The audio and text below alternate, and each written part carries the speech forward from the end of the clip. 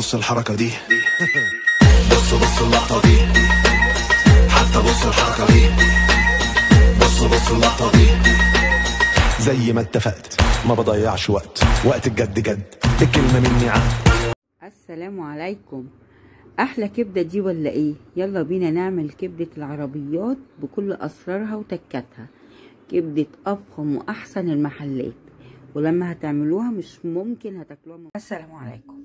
اول خطوة معانا نص كيلو كبدة، هنحط فيه ليمونتين او ليمونة على حسب رغبتك. انا هحط ليمونتين، وزي ما احنا شايفين معلقة توم مهروس او 6 فصوص توم، ومعانا هنا ملح، كزبرة، كمون، فلفل اسمر كله نص معلقة، وتوم باودر، و بابريكا، توم باودر والبابريكا حسب الرغبة. هنبتدي نحط الحاجات دي مع الكبدة. هي بس هي معلقة صغيرة بس من الثوم المهروس او 6 فصوص ثوم على النص كيلو. هنحط التوابل كلها وزي ما قلت لكم البابريكا والثوم البودر اختياري. نقلبهم كويس بالشكل ده. هنحط معلقة خل،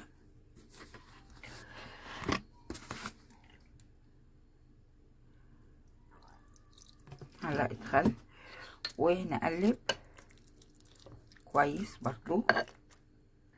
بعد ما قلبناها كويس وزي ما احنا شايفين كده، بصوا مفيش اي سوائل خالص لان التوابل شربت معلقة الخل والليمون. هنسيبها 10 دقايق كده في التتبيلة بتاعتنا ديت، ونبتدي نشتغل في اخر مكون.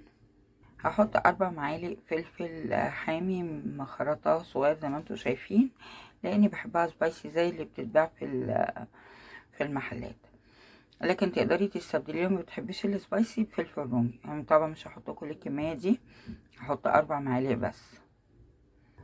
هنحط طاسه على النار ونحط فيها معلقتين زيت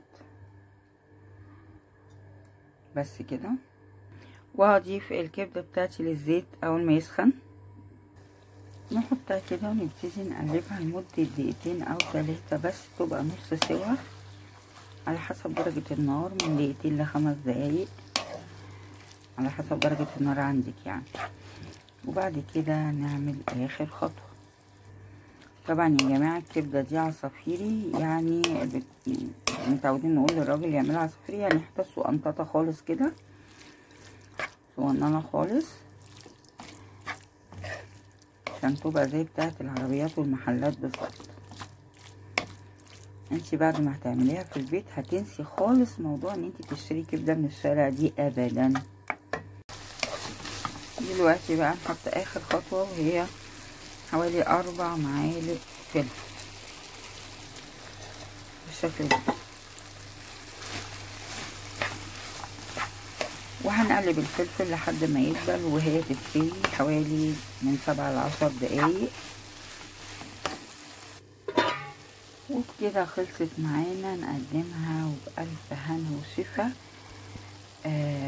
مش عايزه اقول لكم الريحه عامله ازاي، وهنشوف الطعم بصراحه ولا اروع ولا اشهى. وعملتها كتير وهتجربوها وهتدعولي، واستنوني في كل جديد مع استاذه هاجر، وعلى قد الايد مع كل اقتصادي